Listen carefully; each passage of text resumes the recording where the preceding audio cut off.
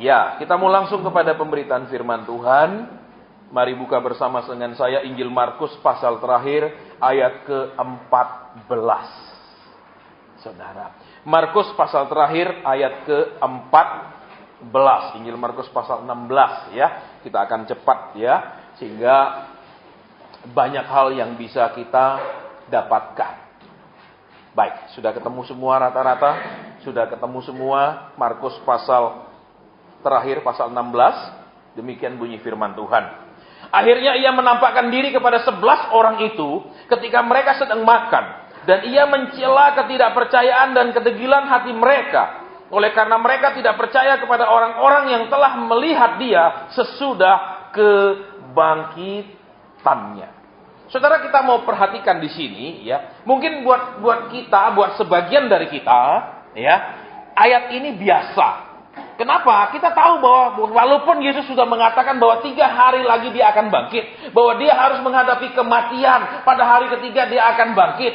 Ya, yang pertama, murid-murid tidak mengerti maksudnya. Itu dulu yang pertama. Alkitab catat, mereka tidak mengerti maksud Tuhan ketika Tuhan bicara tentang dia harus mati dan 3 hari lagi akan bangkit. Itu yang pertama, mereka tidak mengerti. Walaupun berkali-kali Tuhan katakan kepada mereka, mengajar mereka bahwa dia harus menderita, dia harus mati, buat murid-murid mereka tidak mengerti, saudara. Ini dulu yang pertama. Yang kedua, saudara, ya, waktu Yesus mati pun, ya, murid-murid sekalipun banyak meninggalkan dia, tetapi kan banyak perempuan-perempuan yang ada tetap tidak jauh dari salib itu waktu Yesus disalibkan. Ya, kemudian waktu Yesus dikuburkan pun murid-murid tahu di mana dia dikuburkan. Ya, tetapi tidak ada seorang pun yang kemudian ingat ada firman Tuhan mengatakan bahwa dia memang harus mati dan dia akan bangkit. Ya, nanti kita akan lihat, saudara, ternyata ya pengertian yang sama, sifat yang sama itu masih ada di banyak orang Kristen saat ini. Ya, kalau terjemahan The Message itu katakan apa? Mereka ini dikatakan apa? Ya, saya akan bacakan di sini. Ya, itu terjemahannya lebih bagus ya daripada terjemahan kita. Ya, dikatakan begini, saudara. Ya, Markus pasal 16. Ya. Bahwa dia itu menegur mereka dengan sangat keras karena their stubborn unbelief. Artinya apa, saudara? Mereka itu kepala batu. Mereka itu kepala batu, unbelief itu susah percaya. Jadi apa, saudara? Dikasih tahu apapun tetap tidak bisa percaya. Dikasih tahu apapun tetap kepala batu, tetap susah merubah pola pikirnya. Nah, kita akan lihat sebentar, apakah itu sama dengan kita saat ini. Jangan setiap kita baca firman kita bilang, itu kan murid-murid kita. Tidak. Percuma Alkitab menulis kalau sifat murid-murid itu ternyata tidak ada di dalam kita. Berarti apa? Alkitab ini tidak menjadi pengajaran buat kita. Ya, berarti akan ada banyak sifat-sifat murid-murid, ya, kepala batunya murid-murid yang ada di antara juga kita ini, mewarisi kepala batu sulit percaya Tuhan. Jangan bilang, saudara, kita sudah percaya sama Tuhan, karena walaupun kita sudah percaya, jenis percayanya cuma saya percaya saya akan diberkati. Tetapi pada saat proses nubuat itu harus mengalami aniaya, firman yang disampaikan itu harus dianiaya, harus dites dulu, itu bisa terjadi atau tidak, kita kemudian tidak percaya. Ya, dan kita akan lihat sebentar. Ya, saya berharap habis kita dengar firman, kemudian kita mau mengaku kepada Tuhan, ternyata sifat kita banyak seperti para murid ini. Ya, supaya kita berubah. Ya, saya baru selesai baca bukunya Bill Hamon yang judulnya Nubuatan-Nubuatan yang belum tergenapi.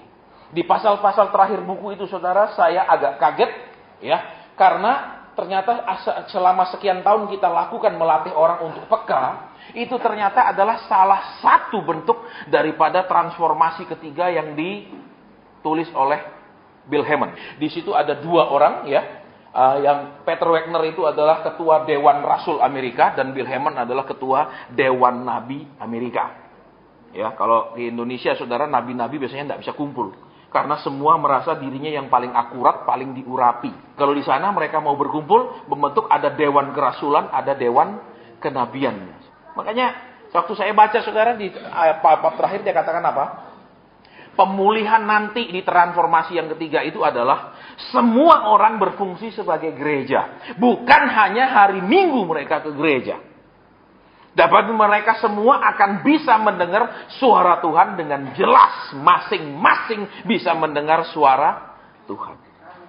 Ya, waktu saya baca saya bilang, Tuhan, kenapa engkau tidak bilang sama saya dari dulu? Saudara, bahwa ini adalah bentuk salah satu daripada transformasi ketiga daripada gereja. Yaitu gereja tidak lagi hanya pergi hari Minggu ke gereja, lompat-lompat sukacita hari Minggu, hari Senin, Selasa, Rabu, Kamis, Jumat, Sabtu, stres. Ya, tidak seperti itu. Tuhan mau dari Senin, Selasa, Rabu, Kamis, Jumat, Sabtu, Minggu selalu berkemenangan. Terus tidak lagi apa? Mereka beribadah tapi tidak pernah bisa mendengar suara Tuhannya. Saudara, ya kami sudah lakukan kan waktu itu saya terbeban bukan karena saya tahu itu ada proses seperti itu, bukan saya tahu karena memang Tuhan sedang bergerak membuat umatnya semua bisa mendengar suaranya, tetapi karena saya begitu banyak bertemu dengan para pengusaha yang dalam tanda petik tertipu. Ya, ada yang cerita sama saya, konseling Pak Asen, saya dinubuatkan begini, saya disuruh nabur sekian besar, nggak terjadi Pak Asen.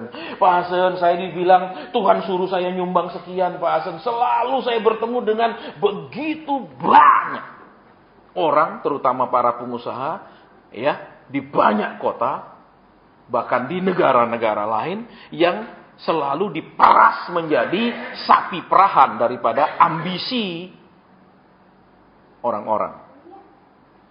Jadi saya bilang, Tuhan, kalau mereka tidak diajar peka, mereka akan menjadi istilahnya sitting duck. Mereka akan menjadi sasaran empuk orang-orang yang memanfaatkan mereka. Karena zaman sekarang, saudara, mereka cerita, terus bagaimana saya tanya, kalian kok bisa ketipu? Apa dia bilang, oh enggak Pak, waktu mereka bilang, kita ini waktu doa, kita dapat Bapak yang disuruh menabur. Tuhan hanya mau uangnya Bapak. Tuhan tidak mau uang orang lain. Gitu loh saudara. Jadi pengusaha ini ditinggikan. Tuhan hanya mau uang dari Bapak. Tidak mau pengusaha lain. Dia bangga dong. Tuhan hanya mau dari saya. Keluarlah uangnya. Jadi apa? Dia tidak sadar dia diangkat untuk diperas. Kemudian, ya karena saya punya data yang begitu banyak, saya ingin menulis buku saudara. Saya sudah siap menulis sebuah buku yang kontroversial. Karena saya sudah punya bukti yang sekian banyak, saya siap bertarung di pengadilan kalau ada kemudian yang mengatakan saya memfitnah. Ya, waktu saya mau tulis, Tuhan saya dengar Roh Kudus dengan jelas katakan, jangan. Baik Tuhan. Kalau engkau bilang jangan, iya jangan. Tuhan mau juga supaya saya ini punya hati, sudahlah, hambaku yang lain itu urusanku, jangan melok-melok ngurus. Sesama hamba jangan saling urus. Biarlah bos yang ngurus. Itu loh saudara. Tapi kadang hati ini kadang pergi ke kota anu cerita. Pergi ke negara anu orang cerita. Bahkan saya ke Swiss pun saudara ada yang cerita. Pak, waktu itu kami begini Pak. Tapi kami sudah sadar Pak. Terus kami jawab mereka begini. Terus sejak itu mereka tidak hubungi kami lagi. Saudara ini di banyak negara saudara. Di Australia di mana kalau saya sebut. Dan saya dengar bukan dari cerita orang loh. Dari orangnya langsung, dari korbannya langsung waktu saya pelayanan di negara-negara mereka. Ya, makanya tuh saya bilang Tuhan, ayo skip ajar umatmu supaya peka saya dengar suaramu. Supaya tidak bilang nanti tahun 2015 pada bulan September adalah bulan tersulit di seluruh dunia. Mana buktinya? Mana buktinya? Betul? Saudara tidak tahu tuh ada nubuatan seperti itu? Makanya kalau main internet saudara, ya main yang positif. Ya jangan punya HP Android tapi tidak ngerti internetan, buang pakai aja Nokia yang murah itu aja bisa SMS aja. Ada saudara kan sebelum bulan September kemarin kan ada yang mengaku dirinya sebagai bridegroom watcher. Ya kan di internet. Dia katakan berdasarkan perhitungan gini-gini September kemarin itu adalah tahun yang paling kritis di abad ini. Apa nggak ada apa-apa. Semua bohong, saudara. Ya cuman berapa kali saya mau gabung di internet.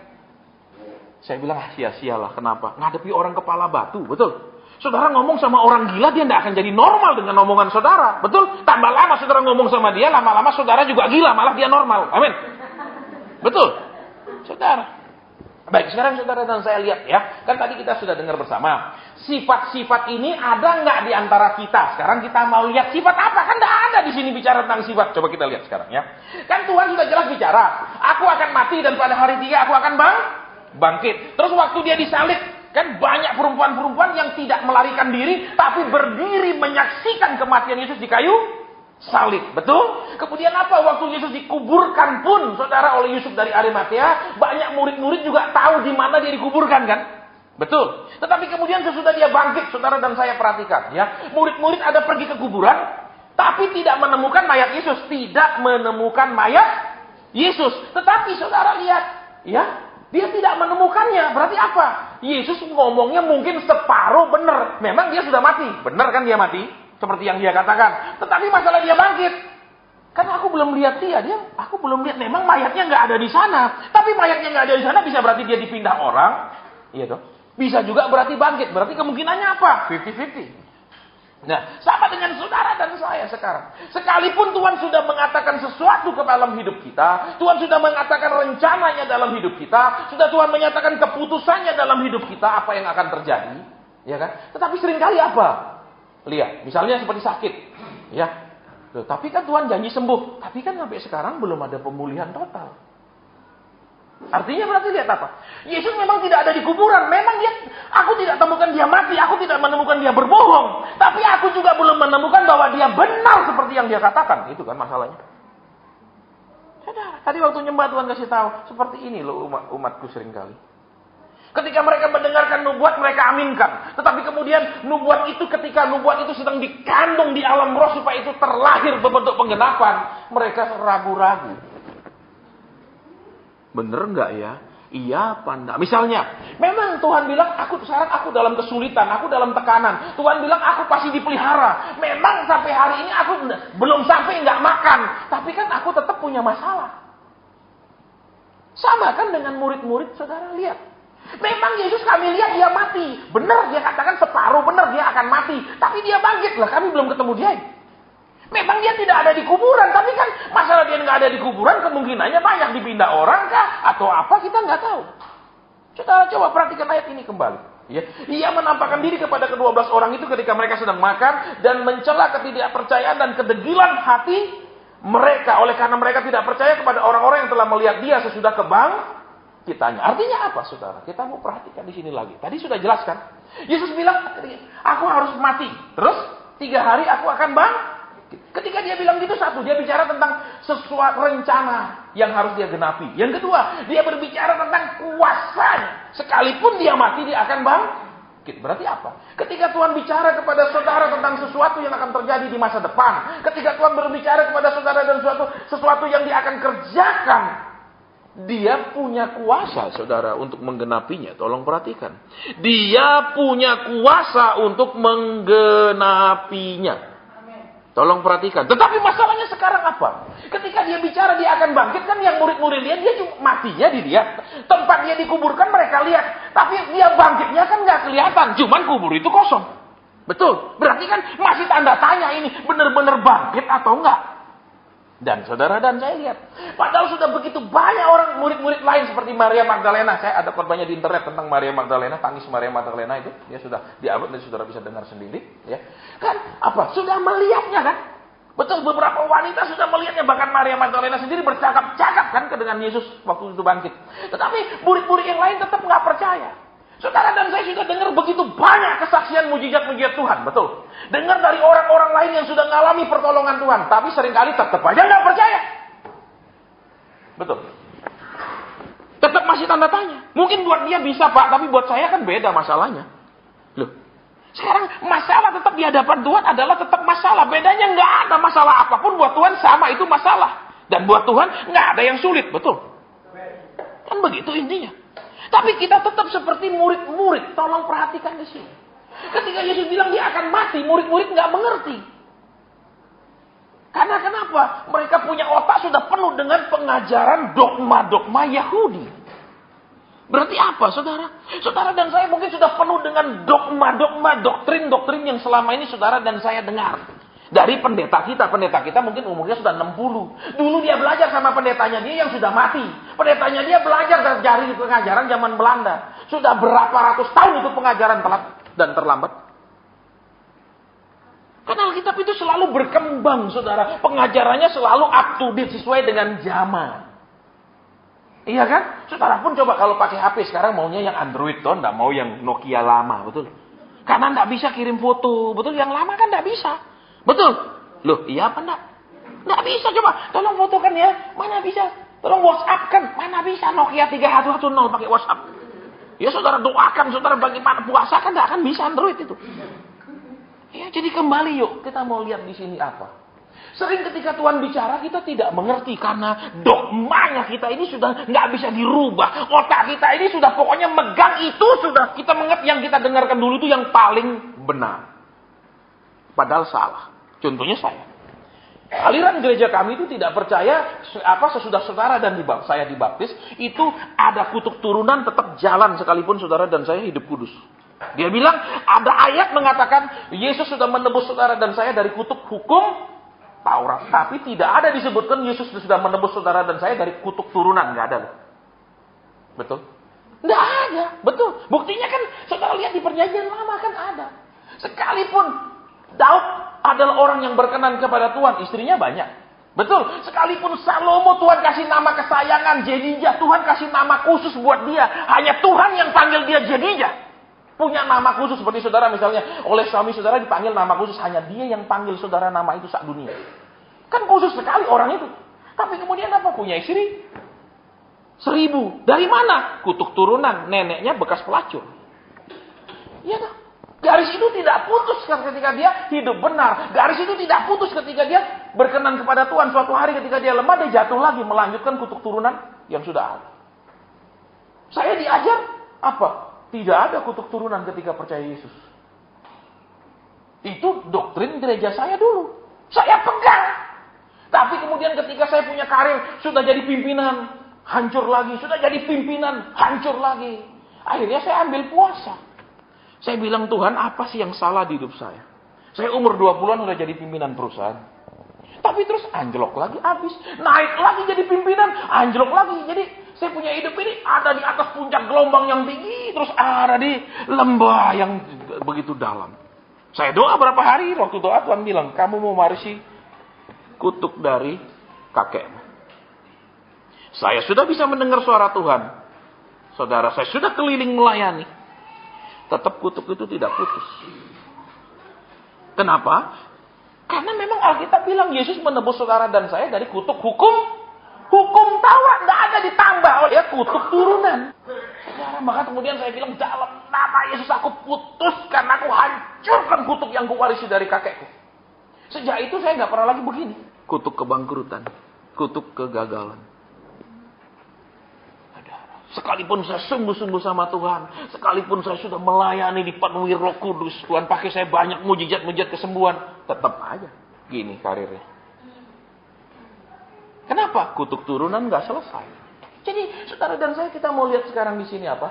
Ya kalau terjemahan The Message katakan itu. As the stubborn unbelief. Kepala batu, kalau sudah tidak percaya itu sudah bisa dibuat percaya. Kalau sudah pengertiannya begitu, sudah nggak bisa dirubah lagi. Itu namanya stubborn kepala batu. Saudara, walaupun kepalanya ini dari tulang, tapi isinya di dalam kerikil tok. Bukan saraf, saudara. Jadi kalau di rongsen mungkin dokternya bingung. Ini kok batu-batu tok isinya. Saudara, jadi kembali yuk kita mau perhatikan di sini. Ya. Ketika Tuhan bicara tentang sesuatu, banyak kita tidak mengerti. Tetapi sekalipun kita tidak ngerti, simpan itu. Kemudian ketika kita mau lihat sebagian mulai terjadi, mulai apa? Ingat. Jangan karena tidak ngerti, itu saya tidak ngerti lah. Saya tidak tahu. Seperti misalnya sampai sekarang banyak orang ngomong, Pak gimana sih membedakan suara hati sama suara Tuhan? Gampang. Levelnya cuma 3 kan. Tidak ada tingkatan yang tinggi-tinggi. Seperti orang belajar silat itu kan ada tingkat sampai tingkat 9. Kalau dengar suara Tuhan itu tidak ada, cuma 3 tingkat doang, gampang sekali. Yang pertama, tidak usah terlalu banyak dengar omongan orang lain. Tutup telingamu sama omongan orang lain. Yang kedua, tutup hatimu terhadap jeritan hatimu sendiri.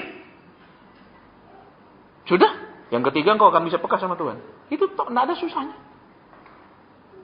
Memang level 2 paling berat penyangkalan diri. Karena untuk melawan suara hati itu butuh penyangkalan diri. Saudara, melawan suara hati itu butuh belajar disiplin melatihnya. Karena kan iblis sudah dikalahkan. Saudara sekarang perang sama siapa? Diri sendiri aja kok. Nah, jujur aja. Iya kan? Sekarang coba lihat, saudara punya suami, saudara dia begini. Saudara perang sama setan. Dia kan bukan setan. Betul? Saudara perang sama karakternya dia yang sering kesetanan. Betul? Betul apa enggak? Iya apa enggak? Loh, iya apa enggak, saudara? Kita tidak berperang dengan setan lagi. Kita sedang berperang dengan kita punya manusia lama ini. Dan kedua, kita sedang berperang dengan Tuhan yang mau mengambil alihnya. Kita tidak mau kasih dia ambil alih. Kita cuma bilang, Tuhan, kalau kau lurus kepada aku tidak terima. Jangan ke aku. Ke masalahku sana minggir. Itu loh masalahku beres, no? Amin. Nah, oke, lagi kita lihat. Ya, yang pertama, sekalipun kita tidak mengerti, tetap simpan kalau ada kebenaran. Sekalipun saudara dan saya baca Alkitab, tidak mengerti, tetap simpan. Jangan ada kita loncat. Saudara bukan kodok, loncat-loncat. Betul. Walaupun tidak, saya pun saudara, sekalipun saya hamba Tuhan, kalau sudah sampai tawarik saya pusing, saudara. Ini memperanakkan ini, memperanakkan. Kalau ada sarjana yang bisa hafalkan kitab tawarik itu hebat. Ya, itu begitu panjang, saudara. Ya, ruwet sekali. Tapi saya tetap baca. Saya nggak lompat lagi. Enggak, tetap aja dibaca lagi. Nanti sampai Wahyu selesai, baca lagi Kejadian lagi, ketemu lagi tawarik, baca lagi. Tapi tetap orang nggak bisa masuk.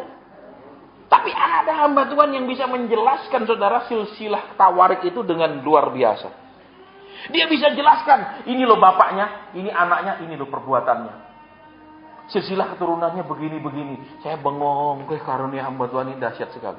Kalau saya baca nggak ngerti, ya ini beranak ini, cuma gitu yang saya tangkap. Tapi hamba Tuhan itu bisa jelaskan dengan detil. Saudara, garis keturunan ini seperti ini, jadinya garis turunan ini seperti ini. Dia bisa jelaskan. Ya, makanya ngerti nggak ngerti baca. Itu loh. Nah, ini murid-murid nggak ngerti ya sudah. Lihat saudara sudah, ini apa? Ya saudara karena nggak ngerti tuh. Betul? Dan Alkitab bilang mereka tidak mengerti apa yang dimaksudkannya, tapi mereka segan menanyakan kepada dia. Ada ayatnya. Betul? Nah, saudara dan saya ini nggak usah sok-sopan sama Tuhan. Nek nggak ngerti, tanya Tuhan. Saya sering. Kan saya background fakultas hukum, tadi sudah saya singgung di waktu di radio, ya. Hukum Taurat diterbitkan itu tahun 1500 sebelum Masehi. Ya dong? Tapi sekian ratus tahun sebelumnya Kain membunuh Habel. Sebelum ada peraturan hukum turun dilarang membunuh. Jangan membunuh. Terus kenapa sampai Tuhan menghukum Kain? Lah saya enggak ngerti, saya doa, Tuhan aku mau tanya. Dasarnya engkau hukum Kain apa? Kan kau tidak pernah bilang dilarang membunuh lah. Kalau tidak ada aturannya dia lakukan nggak salah. Ya, seperti tadi saya singgung kan, karena di dalam ilmu hukum itu ada adagium itu, nulum delictum itu. Saudara ya, hukum positif singkatnya. Kalau tidak ada hukumnya, ya nggak ada kesalahannya. Contohnya seperti dulu misalnya orang ekspor udang bibit lobster, belum ada peraturan menteri tidak boleh ekspor, dia nggak salah, nggak bisa ditangkap. Iya kan? Terus ada peraturan menteri yang ekspor dulu 5 tahun lalu ditangkap, nggak boleh. Kenapa Anda berlaku mundur? Saudara, terus saya mau tanya, kenapa kau hukum? Karena saya background fakultas hukum. Kalau tidak ada aturan kok dihukum? Tuhan bilang apa? Karena itu tidak sesuai dengan hatiku. Itu menyakiti hatiku. Oh, berarti apa? Saudara cuma melakukan firman Tuhan tanpa kenal hati Tuhan, maaf, masih kelas 1, kelas bebek. Saudara dan saya harus kenal hatinya, dia senang atau enggak. Orang Farisi melakukan begitu ketat hukum Tuhan. Saulus begitu ikut suatu aliran mazhab yang paling keras dari aliran Yahudi. Tidak berkenan juga.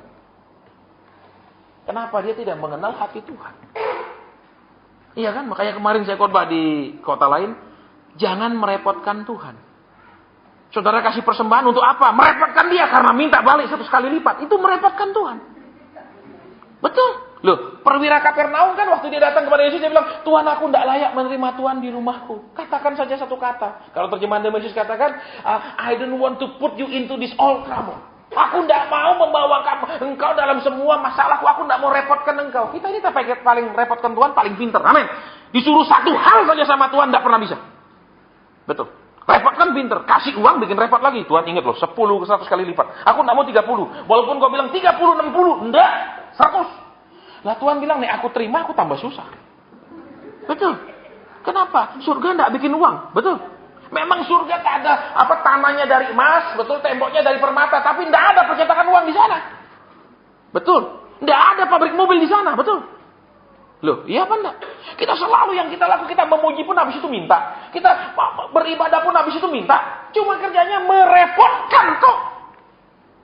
Kapan pernah Tuhan itu bisa perintah kita, atur kita? Ya, kemarin saya bahas di radio, nanti saudara bisa dengarkan di internet, di website. Ya, tentang perwira Kapernaum itu. Dia katakan juga apa?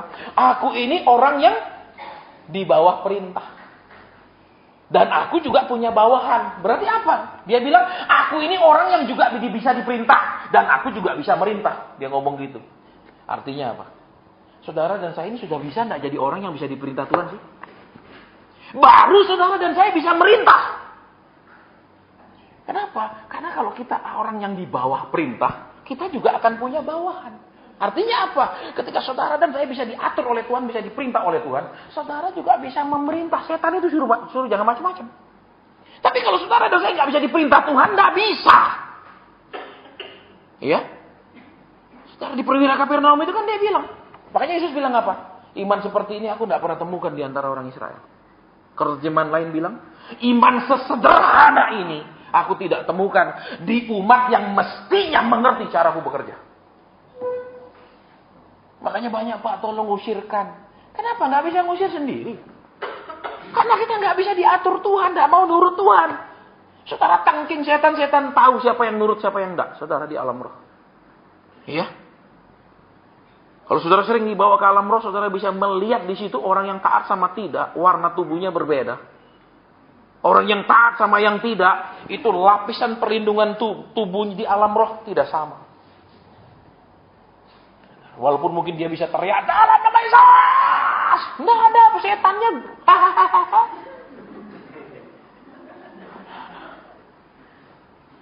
Karena lihat kan, perwira itu bilang apa? Aku orang yang di bawah perintah dan aku juga punya bawahan. Di situ kita belajar apa? Kalau kita bisa diperintah Tuhan, setan itu jadi bawahan kita. Pergi, jangan ganggu, berhenti dia. Tapi kalau kita nggak bisa diperintah, maaf. Setan bilang, dasar apa kamu suruh aku? Kamu aja nggak bisa diatur Tuhan. Kamu mau ngatur aku, sorry ya, gitu. Kacamata dulu, pakai tuh kaca. Ya oke, kita kembali lagi ke sini. Ya. Jadi, kalau enggak mengerti, simpan dalam hati. Enggak usah dilupakan. Enggak ngerti, itu bukan buat saya. Itu buat pendeta-pendeta. Nah, seringkali gitu. Kalau khotbah berkat buat saya, amin. Makanya kalau dibilang, saudara-saudara, angkat kedua tanganmu. Gini nahan berkat, sebelahnya enggak dapat sudah. Ya, ditahan begini, terlalu besar corongnya, saudara. Ya. Itu. Terus yang kedua, kalau enggak ngerti, tanya. Saudara boleh tanya ke Tuhan. Tuhan, aku enggak ngerti ini. Saya pun sering tanya. Tuhan, ayat ini bilang gini. Ayat yang lain bilang gini. Aku mau tanya. Saya terus duduk. Aku minta tahu ini kenapa begini seperti berlawanan. Tuhan bilang ini loh maksudnya ayat ini. Oh, berarti enggak berlawanan. Coba pikiranku, kok ini sama ini jadi begini. Tanya. Murid-murid ini murid tapi malu bertanya. Dia persis seperti iklan rokok itu. Lebih baik sesak daripada nanya. Ya itu kan ada sekarang iklan-iklan dia tuh. Betul sekarang ya? Yang 3 cewek menghadap ke sana itu tuh. Betul kan ada? Masa enggak pernah baca? Lebih baik sesak daripada bertanya. Ya itu orang sombong.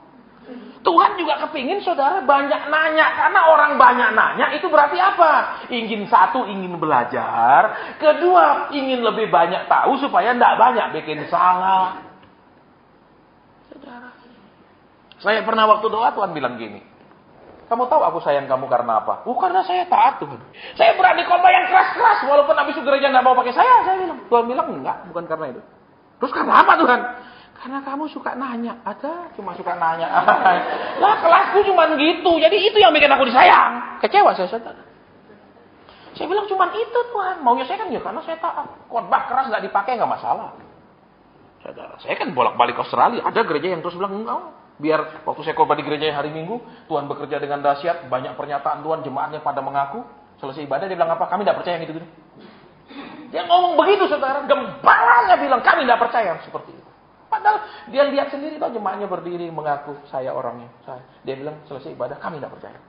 Orang yang hidup dalam roh akan ikut orang yang hidup dalam roh. Kalau dia nggak hidup dalam roh, yang ngomong berkat aja dia akan senang ngomong berkat kok, walaupun dia hidup di dunia hayal. Ya saya bilang, saya berani Tuhan, saya nggak butuh. Tuhan bilang, bukan, kamu suka nanya. Memang saudara, saya khotbah pun nanya, Tuhan mau khotbah apa? Saya nggak pernah ada bahan, nggak ada yang ketanya. Terus mau ketemu orang pun, orang tuh cerita, saya punya masalah gini, oke saya doa dulu, tanya Tuhan. Nggak pernah saya bilang, oke kalau masalahmu begini loh, begini. Sudah pintar sendiri, nah. Baru bilang, itu yang bikin aku senang. Kenapa? Selalu kamu nanya. Loh, Tuhan tuh senang juga senang ditanyai loh, saudara. Coba saudara punya anak sudah mandiri, sudah besar, cari uang sendiri. Tapi tiap ada apa-apa dia bilang, Pak, aku rencana mau beli mobil loh, Pak. Dia selalu libatkan saudara. Seneng nggak punya anak seperti itu? Bangga kan? Ternyata anak saya tetap menghormati saya, menghargai saya. Betul nggak? Betul nggak saudara jadi orang tua? Coba anakmu sudah kasih duit, beli apa sendiri, nggak mau ngomong apapun sama engkau. Rasanya gimana? Senang? Nggak senang dong? Rasanya sudah nggak dianggap oleh anak-anak. Betul? Iya apa ya? Di situ sebenarnya saya ngerti. Oh Tuhan, ternyata engkau tuh senang kalau ditanya terus. Saya gitu. Oke, sekarang ada apa-apa saya tanyain lagi. Orang bilang, Pak Sen saya gini-gini. Oke, sebentar tak doa. Tanya, bukan, oh kalau gitu gini. Seperti ada perusahaan, Pak perusahaan kami gini. Ya, ini gini. Oke, saya enggak, walaupun saya ngerti manajemen, aku enggak tahu, pokoknya doa sih. Enggak, terus saya bilang gini loh, ya, mulai dari planningnya gimana, ya toh fungsi manajemen toh, planning, organizing, actuating, controlling segala macam saya ngerti. Enggak pakai itu. Tuhan perusahaannya dia kayak gini. Terus piye? Tuhan bilang, ada yang bocor. Di mana bocornya? Di penulisan DO. DO yang ditulis selalu lebih kecil dari barang yang dikeluarkan. Jadi katakan DO-nya 10 unit, yang dikeluarkan 20 unit, yang dikeluarkan 30 unit. Terus yang pemiliknya bilang, saya pernah tangkap bener Pak Hasan.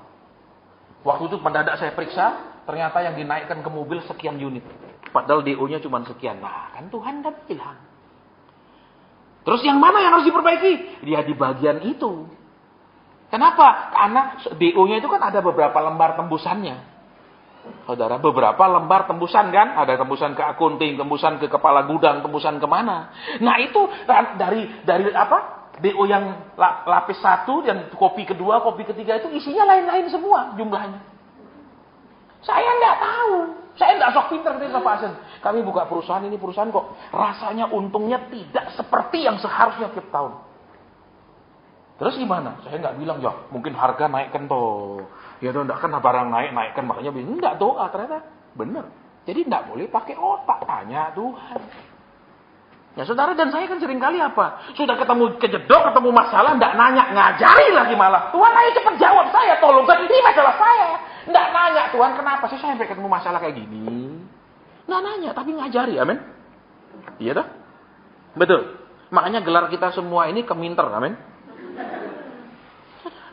Jadi lihat lagi. Kedua, kenapa murid-murid, satu dia tidak menyimpannya karena tidak mengerti. Kedua mereka segan menanyakannya, artinya saudara dan saya tidak usah segan bertanya ke Tuhan. Tuhan itu selalu 24 jam standby untuk ditanyai, dimintai petunjuk.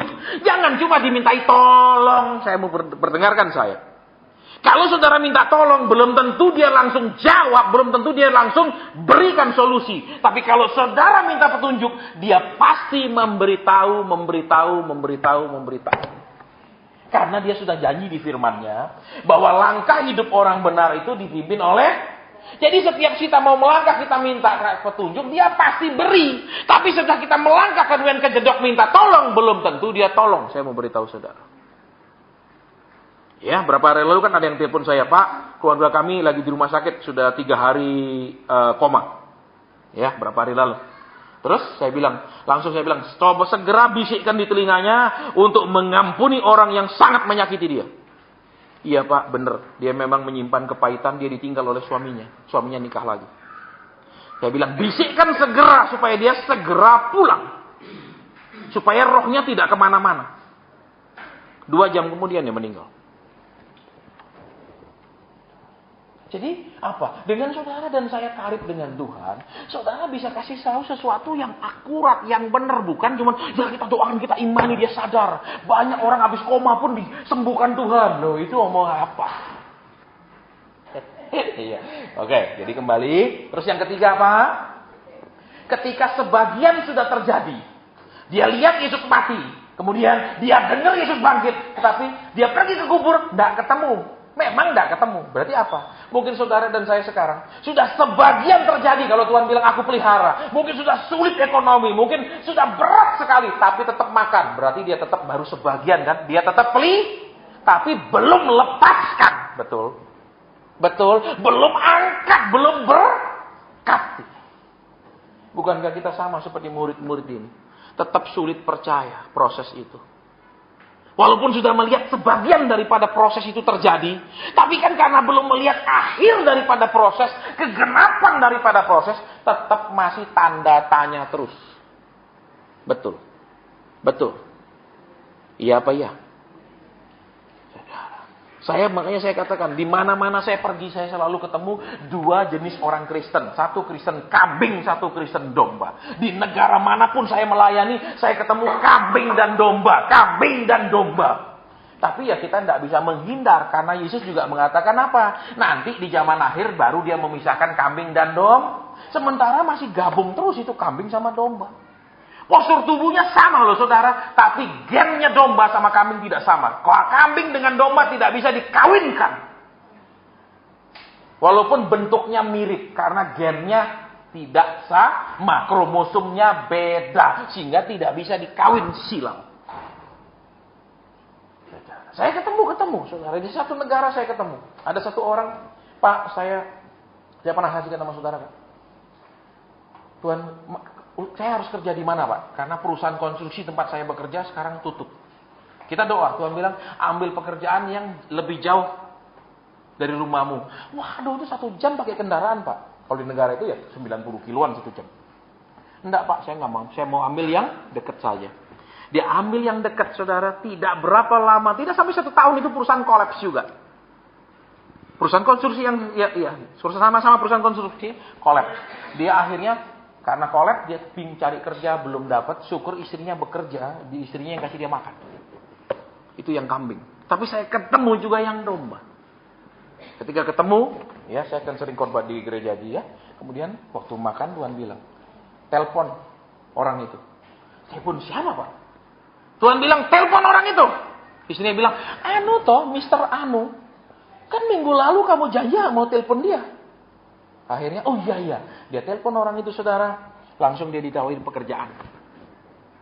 Ya, pekerjaan memegang perusahaan ekspor livestock dari Australia ke mancanegara, termasuk ke Indonesia, termasuk sampai ke Timur Tengah. Ya, dia turuti saudara, dia telepon, kemudian dia ditawari pekerjaan, dia tidak ragu, dia pindah.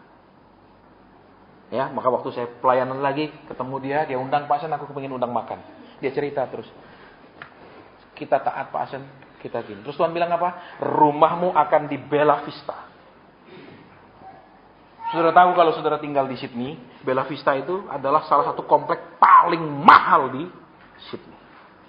Yang termahal itu adalah Hunter Hill. Di situ harganya ada serem-serem saudara.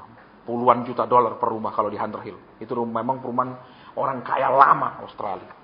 Ya, tapi yang di Bella Vista itu perumahan baru yang juga super mahal, lebih daripada di kawasan Hill. Kan tadi waktu Ibu Edna nyanyi, saya seperti merasa lagi di Hillsong. Itu kan lagu-lagunya Darlene Check. Kok tahu ya saya sering saudara ke situ, karena kan kalau saya ke Australia tinggalnya cuma berapa ratus meter dari gedungnya Hillsong itu. Ya. Nah, dia lakukan saudara. Kemudian apa? Sekarang perusahaannya udah merambah kemana-mana. Terus, dia sekarang sudah siap toh mau pindah ke Bella Vista. Kenapa? Taat. Yang nggak taat jadi penganggur. Saya ketemu kambing, domba. Ada yang terus diberkati, ada yang terus nggak ada berkat. Ketemu. Ada yang semua terjadi di hidupnya. Saya ini dia tidak hadir. Semua yang dikatakan Tuhan terjadi di titik komanya dalam hidupnya. Ketika dia taat. Ketaatan pertama Tuhan bilang apa? Kok aku melihat jam tangan, belikan istrimu jam. Oh iya, istri saya memang punya cuma satu, belikan. Perempuan itu juga perlu jam sehari-hari, jam pesta, itu perempuan. Iya, saya belikan. Terus Tuhan bilang belikan mobil. Iya kok kurang mobil, dia belikan. Kemudian semua yang Tuhan beritahu, saudara, ya, beli tanah ini, bangun perumahan di sana, semua terjadi. Ada kambing, ada domba. Lihat saudara di sini. Ya. Masalahnya saudara dan saya lihat. Kalau Tuhan ngomong, dia sanggup lakukan yang dia omongkan, betul? Dia bilang aku akan mati dan tapi pada hari ketiga bang. Dia bilang aku memang harus melewati proses ini, tapi aku punya kuasa mengatasi proses itu. Lihat, berarti apa saudara? Kembali yuk ke sini. Kita mungkin sekarang ada yang sedang mengalami proses. Kita sudah melihat sebagian daripada janji Tuhan dalam hidup kita. Tetap dia pelihara. Cuman mungkin kita belum berkelimpahan. Tetap dia jaga. Tapi mungkin kita saat ini masih belum benar-benar dalam kelegaan. Kan baru sebagian nih. Tapi Alkitab bilang lihat. Murid-murid itu tetap gak percaya. Walaupun dia sudah melihat sebagian. Itu dulu yang pertama. Mereka sudah melihat sebagian prosesnya. Yang kedua, mereka sudah dengar dari orang lain. Tetap nggak percaya. Bukankah sama dengan orang Kristen sekarang? Saudara dan saya sudah begitu banyak membaca kesaksian orang-orang yang mentaati Tuhan hidupnya bagaimana. Tapi kita seringkali susah taat.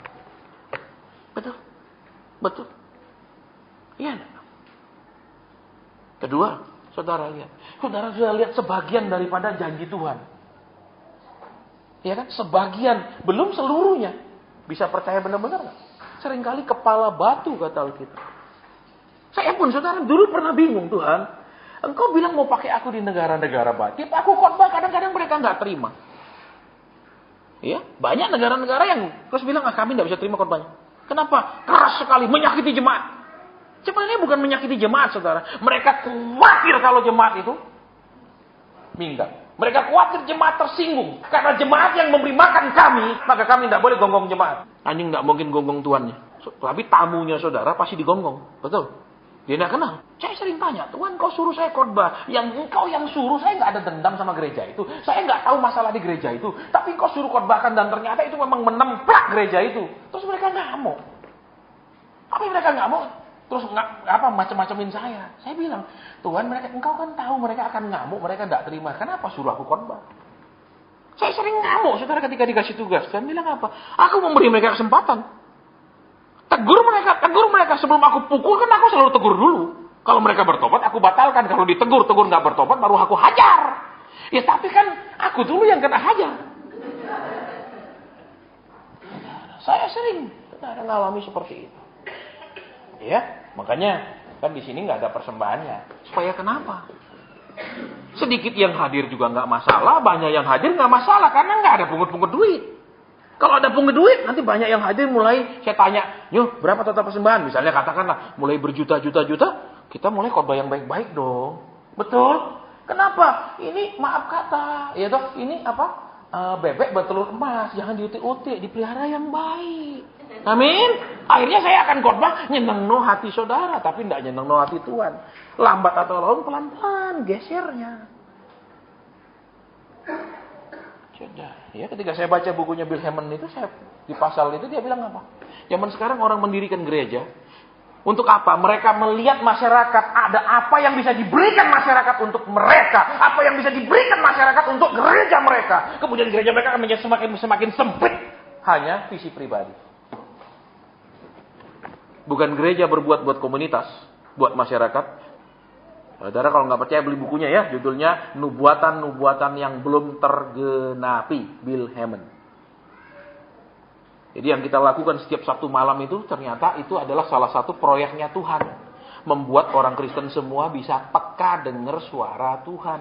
Sehingga misalnya kalau ada pendeta tiba-tiba ngomong, saudara-saudara, saya diberikan visi oleh Tuhan untuk begini. Saudara, jangan langsung kasih, pulang sih. Tuhan bener enggak sih itu visimu?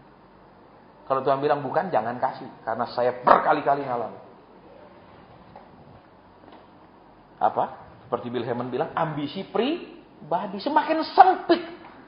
Bukan rencana Tuhan, bukan proyek Tuhan. Ambisinya sendiri, visinya cocok dengan yang ditulis oleh salah satu juga ya yang punya gereja besar di Amerika itu.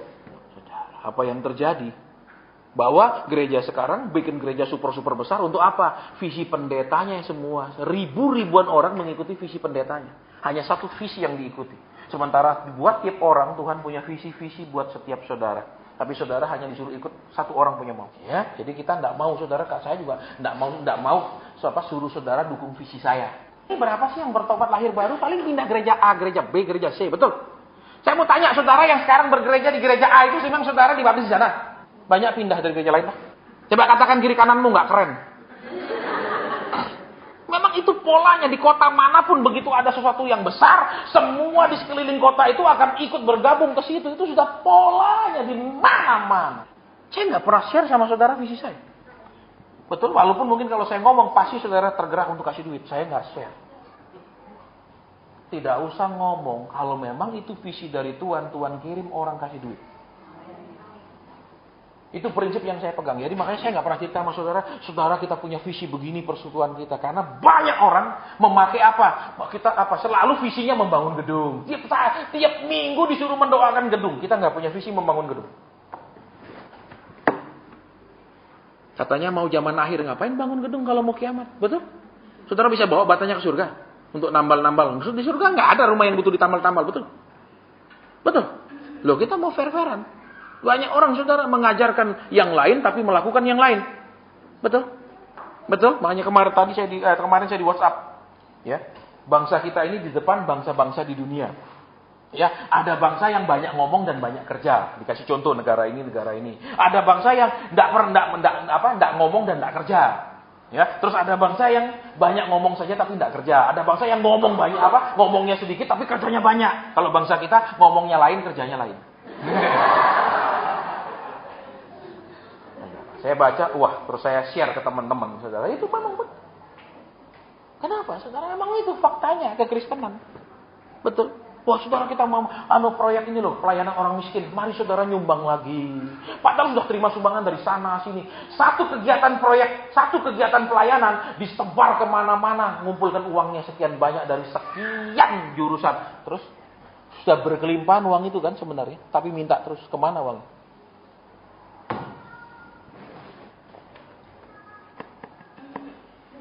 Saya nggak cerita sama saudara visi saya.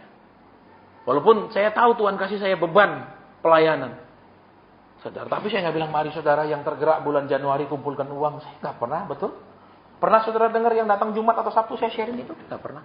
Ya, jadi saudara-saudara juga kalau punya duit, jangan cuma suruh istrimu diam di rumah. Mumpung masih kakinya bisa jalan, matanya masih bisa lihat, ajaklah dia pergi-pergi. Amin. Jangan cuma besok ajak ke Singapura. Kok bangga? Rumah sakit kok sombong? Betul, orang penyakitan kok bangga. Betul. Ajaklah dia pergi jalan-jalan, betul. Loh, kalau saudara misalnya mau ke Selandia Baru, mau rutenya saya kasih. Oh, dari sini ke sini, dari Dunedin kemana saya kasih, saya udah keliling. Sewa karavan lebih nyaman, betul? Apalagi kalau sama istri sama anak-anak, bisa di mana saja stop. Kan karavannya lengkap, ada kamar mandinya, ada semua, ada dapurnya. Tinggal beli makanan lengkap, masukin di freezer, mobil keliling di mana mau stop, di mana mau manggang, bebas. Betul? Saya heran, saudara. Selama saya keliling paling jarang saya ketemu orang Indonesia. Katanya bangsa kita diberkati. Yang saya ketemu selalu orang India di mana-mana. Selalu saya ketemu orang India. Kemanapun saya pergi, selalu saya ketemu grup orang India. Kenapa? Mereka diberkati secara ekonomi luar biasa. Katanya bangsa kita diberkati. Saya kemana, saudara? Saya pergi naik kapal cruise di Laut Tengah. Ya. Nggak ada satupun orang Indonesia di kapal itu. Saya sendiri dong orang Indonesia. Katanya bangsa diberkati, mana? Bangsa yang terus masih minta berkat. Betul, makanya kalau kita nggak pernah keluar negeri, kita telan aja omongan pendeta. Amin, kita bangsa yang diberkati, Tuhan mengasihi Indonesia. Apa ini? Ya, jadi ini bapak-bapak ibu ya, ngomong mau akhir tahun mulai pikir-pikir tur kemana, kayak ajak istrinya, bikin seneng, amin. Tapi nanti Pak kita kan ke surga. Ya nanti. Kok ke surga pikirannya. Yang gratis gitu. Aduh. Ngomong ngasih ada duit. Tapi Pak itu mahal. Lebih baik. Nanti sudah nenek-nenek udah tua sekali. Baru saudara mau ajak dia buat apa? Betul? Ma ini menara Eiffel. Mana? Udah bular. Buat apa? Betul? Ayolah. Pergilah jalan-jalan lebih sering. Amin. Ingat saudara, Tuhan cuma punya 2 macam anak. Betul? 1 anak sulung. Dikasih kaya, memanfaatkannya pun tidak pernah berani. Betul? Betul? Anak sulung kan, padahal sudah dibagi 2 atau hartanya. Betul? Si bungsu terima sebagian, si sulung terima sebagian. Betul nggak kata firman Tuhan? Si sulung berani pakai nggak? Nggak pernah berani pakai. Sampai dia bilang, Bapak nggak pernah kasih aku anak kambing. Seanak kambing pun dia nggak berani keluarkan, padahal dia terima warisan separuh. Betul? Makanya lihat suamimu sekarang. Yang kamu anak bungsu loh sebenarnya. Itu pelitmu minta ampun. Bilang sama dia. Betul, tapi anak bungsu juga nggak bener. Kenapa? Dia borosnya minta ampun. Tuhan punya anak cuma 2 macam. Nggak ada yang benar-benar bijaksana. Saudara selalu boros minta ampun atau pelit minta ampun. Jarang yang benar-benar di tengah-tengah. Loh buktinya kan Tuhan bilang, hanya dia orang itu punya 2 nggak ada anak ketiga. Amin. Kiranya kita ini jadi anak yang ketiganya. Amin. Betul enggak? Enggak boros, tapi juga enggak pelit. Amin. Gitu loh. Kan Tuhan lagi cari anak ketiganya. Tuhan belum ketemu. Selalu banyak yang pelit. Pak, ayo makan Pak, ayam goreng. Saya masih ingat pertama kali saya pelayanan. Ini ayam goreng terenak. Begitu saya gigit. Ini kan gigi saya ada tambalan. Ini katanya paling enak, yang enggak enak bisa dibayangkan kayak apa. Loh saya enggak menghina, saudara. Zaman saya pertama ke sini kan enggak ada Paragon. Kita makan ngemper-ngemper semua, betul, enggak ada Häagen-Dazs. Iya, saya masih ingat zaman-zaman itu, saudara. Enggak ada Black Canyon apa, enggak ada. Awal-awal itu. Karena kenapa? Ya anak sulung memang di sini. Kaya raya tapi enggak berani pakai. Punya duit banyak, enggak tahu cara pakai. Bayangkan saudara punya duit banyak enggak tahu cara pakai, sementara istri tahu cara pakai enggak boleh pakai. Loh, itu loh saudara. Betul, ayo. Benar nak? Ibu-ibu sering enggak ngeluh kalau suami itu pelit luar biasa, ayo jujur. Kasihlah dia nikmati, betul? Dia sudah mengorbankan hidupnya loh, karirnya. Mesti kalau dia enggak menikah sama engkau mungkin dia jadi pengusaha besar, cuma dia jadi istrimu cuma jadi ibu rumah tangga, itu sudah berkorban banyak sekali loh. Wanita kan kadang dia punya karir, dia punya pendidikan, dia punya kemampuan, tapi kan kadang dia cuma jadi ibu rumah tangga. Dia sudah mengorbankan segala keberadaannya, kemampuannya, pendidikannya semua. Terus baliknya dapat apa? Kadang laki enggak mikir kan? Banyak suruh perempuan mikir, betul? Itu. Maka kembali yang terakhir. Jangan seperti muridmu sudah melihat sebagian dari proses, sebagian dari bukti, tapi tetap enggak percaya.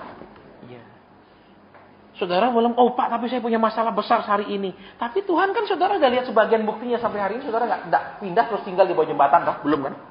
Betul. Berarti sudah separuh terjadi, toh, janji Tuhan. Betul. Separuh terjadi rencana Tuhan, tetap terpelihara. Betul. Cuman belum melihat bukti selanjutnya kebangkitan dia, yaitu kegenapan janji Tuhan.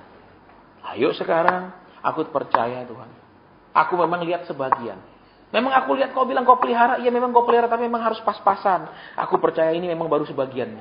Aku akan melihat kegenapannya. Bukan terus bingung melulu, susah melulu. Orang Kristen itu paling suka membagi susah, dan heran susahnya nggak habis-habis.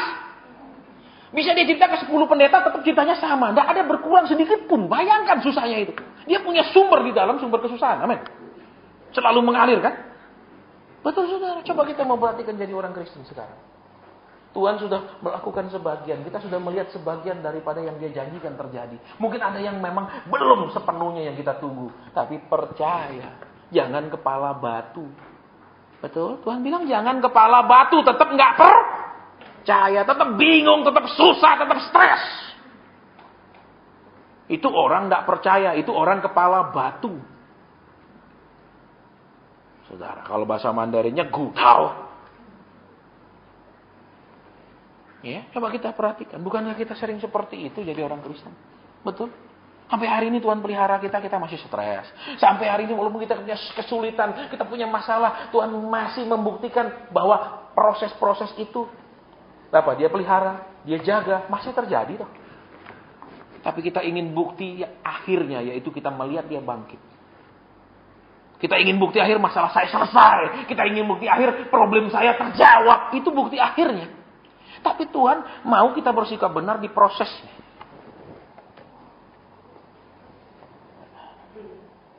Ya, kita mau bersikap benar di proses. Tanpa kita bersikap benar di proses, kita sudah menjadi seperti gerabah, ya, seperti apa lagi tuh? Di tangan penjunan yang dia punya tanah liat tidak benar-benar dibersihkan dari batu-batu. Maka ketika itu dibentuk, maka kerikil kecil-kecilnya, batu kecil-kecilnya akan membuat itu menjadi cacat. Betul? Betul. Dan ketika kita mengizinkan cacat itu terjadi di dalam proses, sekalipun kemudian Tuhan tetap menggenapi janjinya, itu yang akan menjadi lubang kejatuhan kita lagi. Alkitab mencatat lengkap, ketika saudara dan saya diproses Tuhan, jangan pernah kemudian kecewa karena Tuhan benar-benar mau membentuk kita. Jangan ada kerikil kecilnya, karena itu akan merusaknya.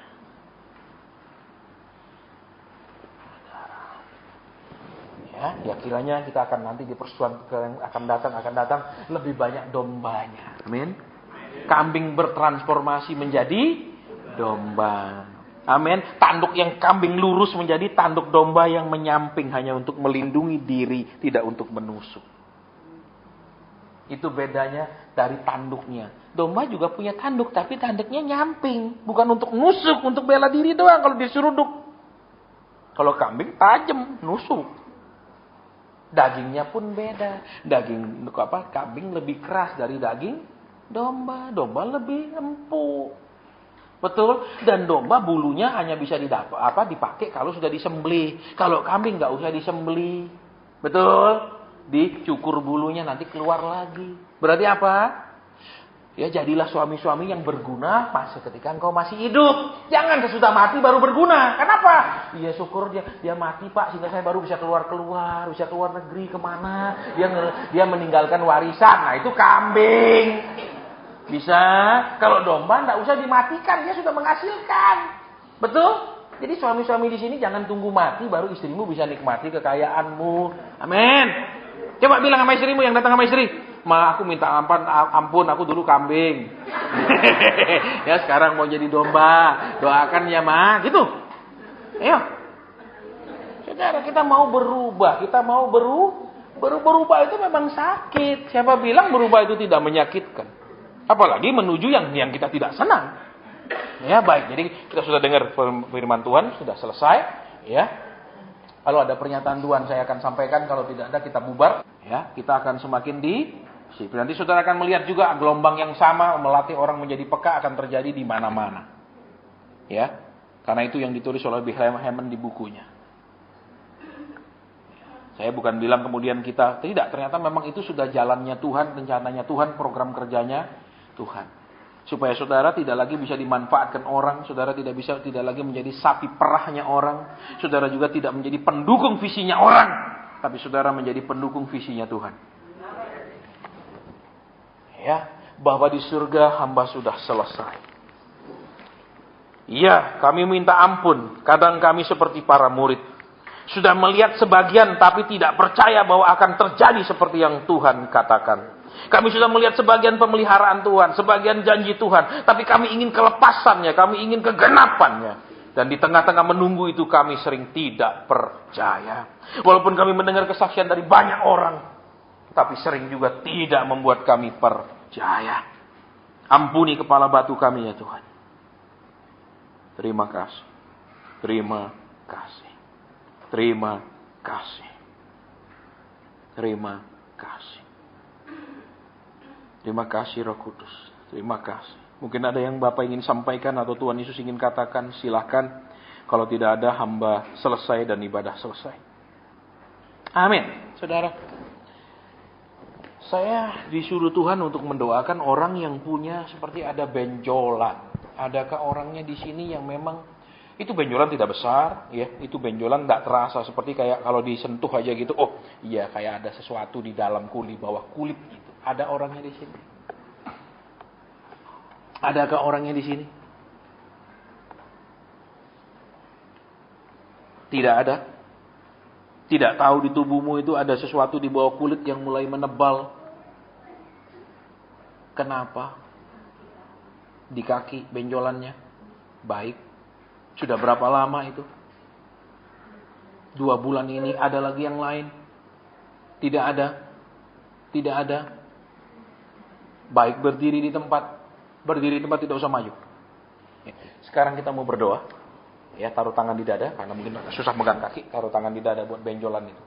Tuhan, di dalam nama-Mu kami mau berdoa buat anak-anak-Mu yang punya benjolan, yang mulai di bawah kulitnya ada sesuatu menjadi benjolan, ada gumpalan di bawah kulit.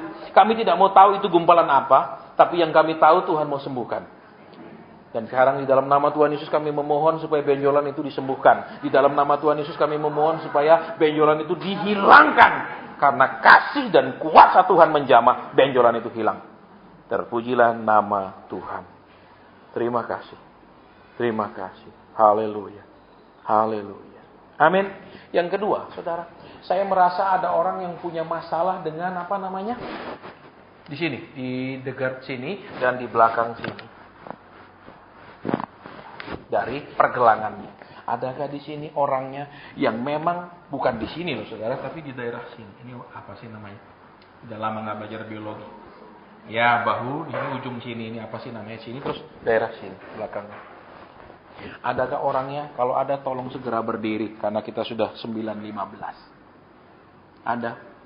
1 orang, 2 orang, hanya 2? 2? Taruh tangan yang sehat di tangan yang sakit itu sekarang. Kita mau berdoa. Tuhan katakan, sembuhkanlah orang sakit. Dan sampai hari ini dia tidak pernah mencabut mandat itu dan perintah itu. Terimalah kesembuhanmu karena Tuhan yang memerintahkan hamba-hambanya untuk menyembuhkan orang sakit. Dalam nama Tuhan Yesus Kristus. Jadi sembuh. Apapun sebabnya, tidak boleh sebagian, tidak boleh 90%, tapi 100% harus sembuh. Karena Tuhan membuat segala-galanya jadi baik. Pulanglah dan penyakit ini tidak menyertaimu, tapi dia pergi daripadamu mulai malam hari ini. Terima kasih Tuhan, ada lagi Tuhan.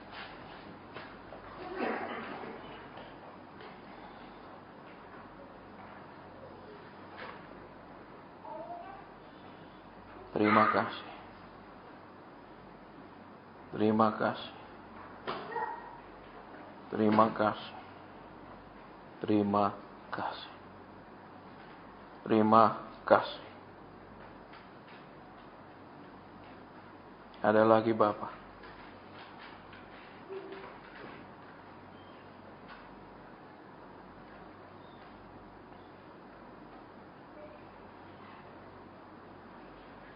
Ada lagi Tuhan.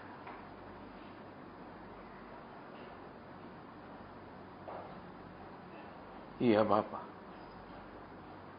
Iya Tuhan. Kenapa Tuhan? Itu sakit biasa saja atau memang parah?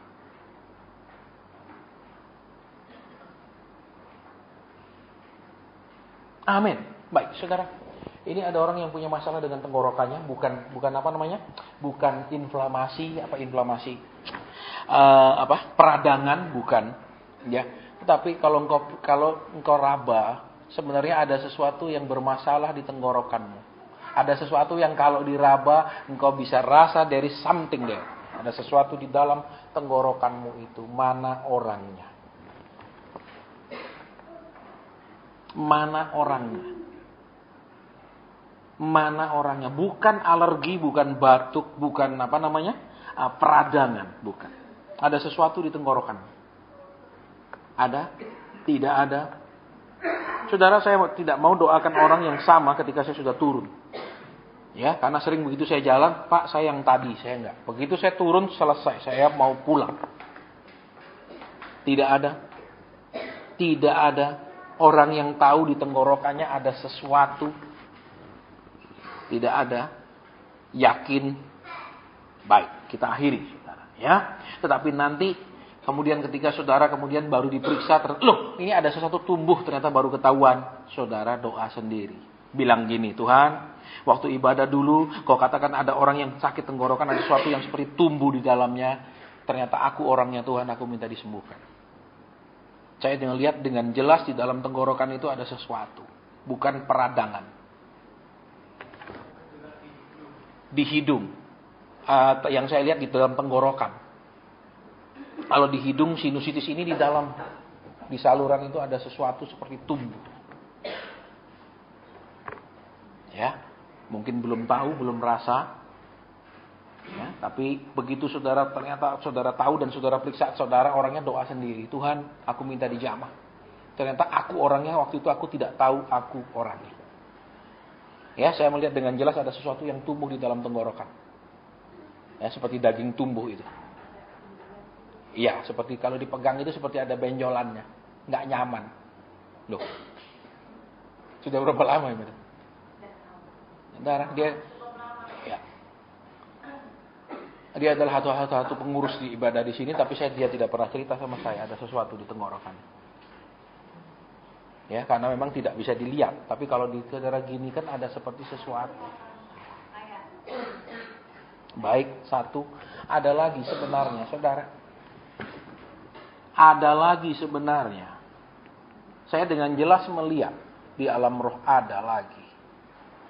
Ya, tapi saya nggak salahkan saudara kalau mungkin saudara selama ini itu belum parah sehingga tidak tahu. Ya, tapi nanti kalau kemudian tahu, doa sendiri. Ya Tuhan, kau katakan waktu itu kau mau sembuhkan, aku tidak tahu aku orangnya, kiranya kau jamah. Ya, bisa. Ya, ada sesuatu yang tumbuh. Gondok masih tumbuh di dalam. Iya, memang di dalam. Makanya saya bilang, saya lihat di dalam ada sesuatu. Ya. Baik, oke. Hanya 2 orang? Hanya 2? Baik, sekarang berdiri di tempat kita mau berdoa. Pegang bagian yang ada sesuatu yang tumbuh di dalam itu. Firman Tuhan mengatakan dia membuat segala-galanya jadi baik. Maka jadilah baik karena firman Tuhan. Tidak peduli seberapa imanmu, tetapi kalau Tuhan mengatakan jadilah sembuh, jadilah sembuh. Jadi baik, dan apa yang tumbuh di dalam mengecil dan hilang di dalam nama Tuhan Yesus. Tidak boleh ada bekasnya, tidak boleh hanya tidak membesar, tetap seperti itu saja ukurannya, tapi harus mengecil dan hilang. Dalam nama Tuhan Yesus Kristus. Amin. Yang terakhir, ini saudara tepat di daerah sekitar batang otak sini. Ada orang yang sering sekali bermasalah tepat di daerah batang otak. Mana orangnya? Kalau di daerah sini umum, saudara pegel sini kiri kanan umum ya, tapi ini tepat daerah sini, ini daerah batang otak. Dekat antara tempurung kepala dengan ini tulang leher, sambungan dalamnya itu. Ada orang berdiri di tempat sekarang kita mau berdoa, berdiri di tempat, taruh tangan di batang leher itu. Saudara, karena batang leher itu ada daerah yang fatal ya, karena ada beberapa orang yang pernah kita doakan dalam kondisi koma karena batang otak. Ya, termasuk juga sekalipun orangnya masih bernafas, itu bisa dianggap mati ketika batang otaknya sudah kena. Ya, itu kematian batang otak. Walaupun dia masih bernafas, tapi sudah biasanya tidak ada pertolongan. Ya, itu hal yang serius, bukan nakut-nakuti saudara, karena sering kita pelayanan, jadi ngerti. Baik, sekarang taruh tangan di bagian yang sakit sekarang. Yuk saudara, arahkan tangan ke teman-teman kita yang sakit sekarang, doakan mereka sungguh-sungguh. Kalau yang tidak percaya, jangan doa. Ya, dan yang tidak punya belas kasihan, jangan doa. Tapi yang kalau saya tergerak mendoakan, doakan dengan sungguh-sungguh.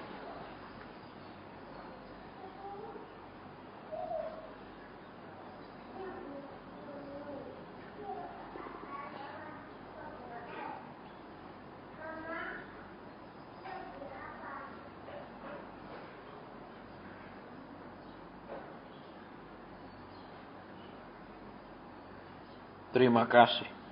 Kami sepakat semua memohonkan kesembuhan. Dan Tuhan sendiri berjanji kalau 2 orang sepakat akan diberi. Kami lebih dari 2 dan kami semua sepakat memohonkan kesembuhan. Dalam nama Tuhan Yesus Kristus. Batang otak ini menjadi baik kembali.